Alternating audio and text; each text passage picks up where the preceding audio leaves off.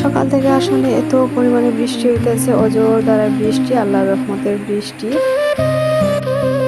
আর এই বৃষ্টির মধ্যে আসলে আমরা মা মেয়ে হালকা পাতলা কিছু খাইতেছি, সকালের নাস্তা করতেছি আর কি। এখানে আমার মেয়েকে খাইতেছে। আম্মু তুমি কি খাইতেছ? কি খাইতেছ মা? ঘরটা পুরাই অন্ধকার হয়ে গেছে যেহেতু সকাল সকাল। সকালবেলা উঠে আসলে বাচ্চা কাচ্চা অনেক আবদার থাকে, আমি এটা খাবো না ওইটা খাবো, ও বলছে আমি ওইটা খাবো না ওইটা খাবো। সব কিছু বাদ দিয়ে আসলে আমি মন করে একটা নাস্তা বানাই দিতেছি, আমার জামনা ধরতেছে। মানে ফাঁকিবাজি নাস্তা আর কি, যেটা সহজে করা যায়। বাচ্চা নিয়ে সবসময় সব কিছু হ্যান্ডেল করা যায় না বা ঠিক টাইমে করা যায় না, তাই সহজে যেটা করা যায় সেটাই করতেছি। আসসালামু আলাইকুম এভরিওয়ান, আশা করি সকলে ভালো আছেন, সুস্থ আছেন, যে যেখানে আছেন নিরাপদে আছেন সেই কামনা করছি। আমরা আলহামদুলিল্লাহ অনেকটা ভালোই আছি। সকাল থেকে মুষলধারে অনেক বৃষ্টি, বাচ্চা কাচ্চা আবদার করতেছে যে কেউ পরোটা খাবে, কেউ এই খাবে সেই খাবে। কিন্তু আমি কি করলাম, চিনি দিয়ে এমনি একটু বুলবুলির মতো বানাই দিতেছি। আমাদের অঞ্চলে এটা বুলবুলি বলে, সহজ যেটা করা যায় আর কি। এদিক দিয়ে দেখেন কি খুশি যে আমার মহারানী, খুশিতে একদম নাচতে শুরু করে দিয়েছে। বাচ্চা কাচ্চা খুশি হয়ে যায় আসলে আমরা খুশি, আমাদের রান্নাঘরের ব্যস্ততাটা একদম কাটিয়ে উঠতে পারি আমরা। অনেক ভালো লাগে যখন বাচ্চা কাচ্চার মুখে হাসি দেখি, ওরা খুশি হয়। মাশাল্লাহ ওরা খাইয়ে নিতেছে যাই দিচ্ছি। আর আজকে আমি আসলে আপনাদের সাথে যা শেয়ার করবো তা হচ্ছে আমার কলমি শাকের ভর্তা। বাড়ির পাশে অনেক সুন্দর ন্যাচারাল কলমি শাক আছে। আমাদের আসলে আগামী 2 মাস পর্যন্ত কলমি শাক কিনে খাওয়ার প্রয়োজন হবে না, এখানেই খাইতে পারবো। পরে অবশ্য আমি চাষ করে নেব কলমি শাক। আর সকালবেলা থেকেই অনেক রিকোয়েস্ট করতেছি বাচ্চাটাকে, মানে বড় ছেলেটারে বলতেছি যে কিছু কলমি শাক এনে দিতে। অত যুগের বয় একদম নামতে চায় না, আমি নিজেই যুগ বয় পাই। আরও মানে এখানে খুঁড়ি খুঁটা এটাই চিনতেছে না, সব লোড ঠেলে নিয়ে আইছে। এগুলো দিয়ে আমি কী করবো বুঝতে পারতেছি না। আবার ওরে ফাটাইলাম, সাথে আরেকজন দিছি। এই যে খুঁজতেছে অনেক সময় ধরে, এরা কিন্তু খুঁজতেছে। আমি যদি যাইতাম তাহলে অবশ্যই 1 বস্তা নিয়ে আসতাম, এত পরিমাণে কলমি শাক এখানে। কিন্তু আমি যুগের বয়ে এখানে যাই নাই বা পানিতে নামতেছি না, যেহেতু আমার ঘরের সামনে একদম মাঠের মধ্যে পানি হচ্ছে। এইভাবে অনেক সুন্দর ভিউ। অ্যাটলিস্ট দেখেন আমার ছেলে কি হচ্ছে, সব ডাটা নিয়ে আইছে আর খুবই খুব কম আনছে। ভাবছিলাম যে কলমি শাক দিয়ে আসলে আজকে শাক রান্না করবো, কিন্তু এটা হবে না যেহেতু কম।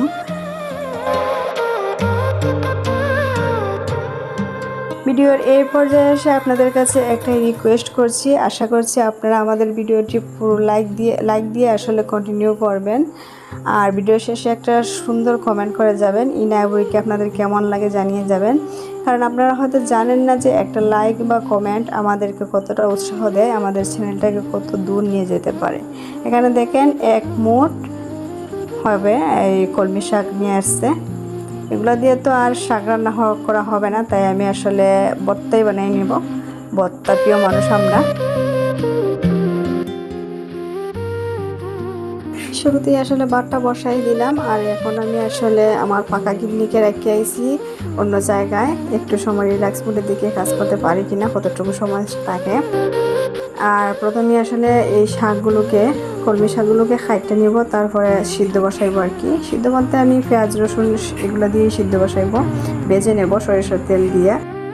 আর যেহেতু আমি আর একটা ডাল রান্না করব, সাথে আরও একটা ভাজি রান্না করব, তাই আমি আগে ডালটা ভিজিয়ে নিতেছি। আপনাদের সাথে গল্প করতে করতে আসলে অনেক কাজ হয়ে যায়, আমি বুঝতেই পারি না।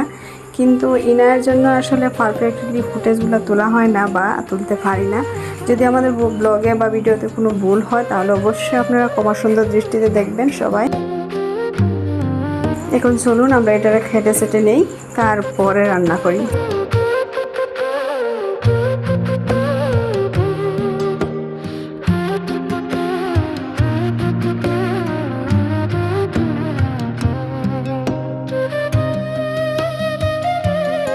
যারা ইউটিউবে আসলে কাজ করতে আসে বা ইউটিউবে ভিডিও দেয়, অনেক কষ্ট করে ভিডিও দেয় সবাই প্রতিদিন। আগে অবশ্যই এতটা বুঝি না যে এতটা কষ্ট, কিন্তু এখন নিজে যেহেতু কাজ শুরু করছি তখন বুঝতে পারতেছি এটা কতটা কষ্ট এবং কতটা ধৈর্যের ব্যাপার আসলে ধৈর্য নিয়ে এই কন্টেন্ট ক্রিয়েটর হতে হয়।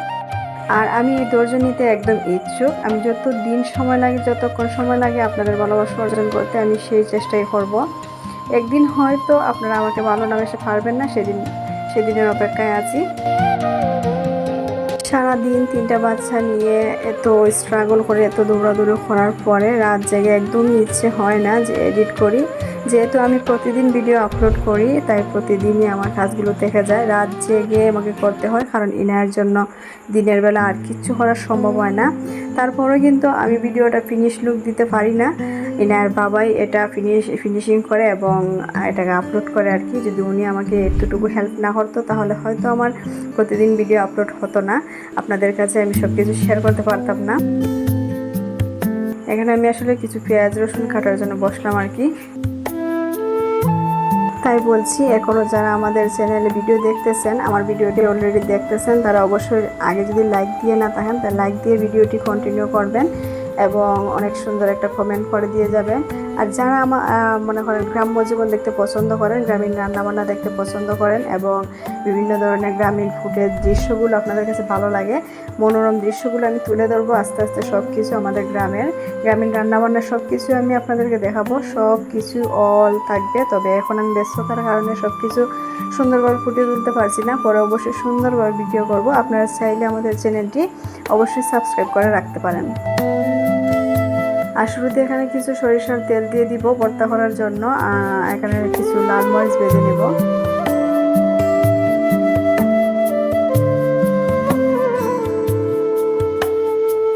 ভর্তা খাইবো আর লাল মরিচ দিব না, শুকনো লাল মরিচ ভাজিয়ে দিব না, এটা কি করে হয়? এটা ছাড়া তো ভর্তা একদম হবেই না।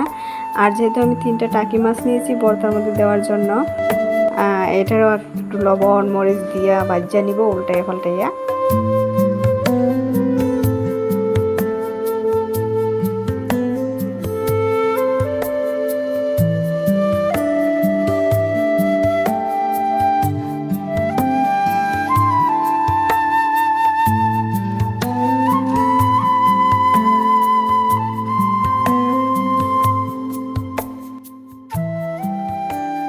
এই টাকি মাছ তোলার পরে কিন্তু এখানে আমি পেঁয়াজ রসুন কাঁচামরিচ সব কিছু একসাথে দিয়া হাফ সিদ্ধ হাফ বয়েলের মতো বাজিয়ে নিব আর কি।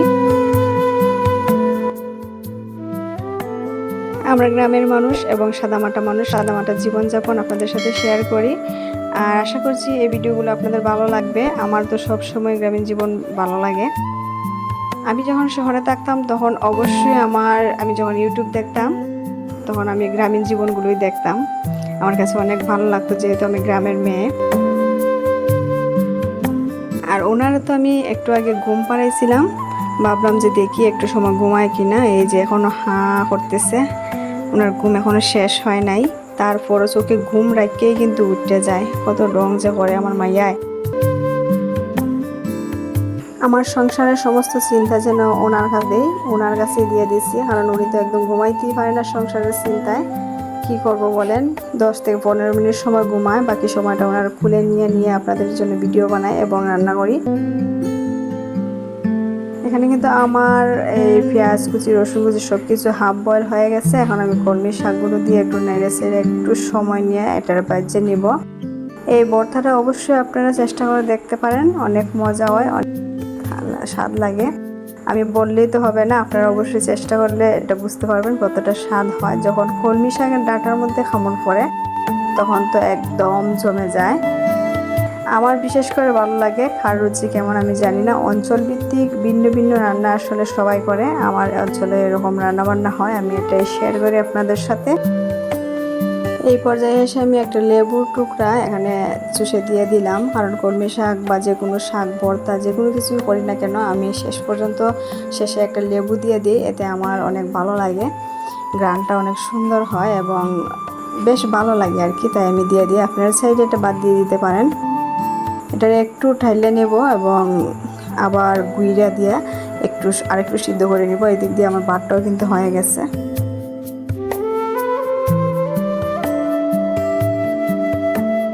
গ্রামে থাকার কিন্তু অনেক সুবিধা আছে। আমি যখন শহরে ছিলাম আর এখন যখন গ্রামে থাকতেছি এর ব্যবধানটা অবশ্যই বুঝতে পারতেছি। যখন শহরে ছিলাম তখন সব কিছু কলমি শাক থেকে দরে সব কিছু আসলে কিনে খাওয়া লাগতো, কোনো কিছুই খাইতাম না। আর এখন দেখেন বিনা পয়সায় বাড়ির কাছ থেকে কত কিছু পাই, বা সবজি চাষ করলে কত কিছু পাই। বাচ্চা কাচ্চার জন্য একদম হাঁস মুরগি সব কিছু পালন করতে পারতেছি, যদিও কষ্ট একটু বেশি হয়। কষ্ট তো হবেই, কষ্ট ছাড়া কি কিছু পাওয়া যায় জীবনে বলেন। আর এদিক দিয়ে ভর্তা করতেছি। আমি অবশ্য পারতাম শিলপাটা এটা পারতে, কিন্তু আমি আজকে এটা এমনিতেই খাইবো। ডাটার মধ্যে যখন খামড় পরে তখন ভালো লাগে, তো তাই এটা ঠাইলে নিলাম। অল্প পেঁয়াজ কুচি উপরে দিয়ে আবার দিয়ে দিলাম, খাঁচাটা অনেক ভালো লাগে আবার। এই যে আমার ভর্তা অলরেডি হয়ে গেছে, এখন জাস্ট খাওয়ার পালা।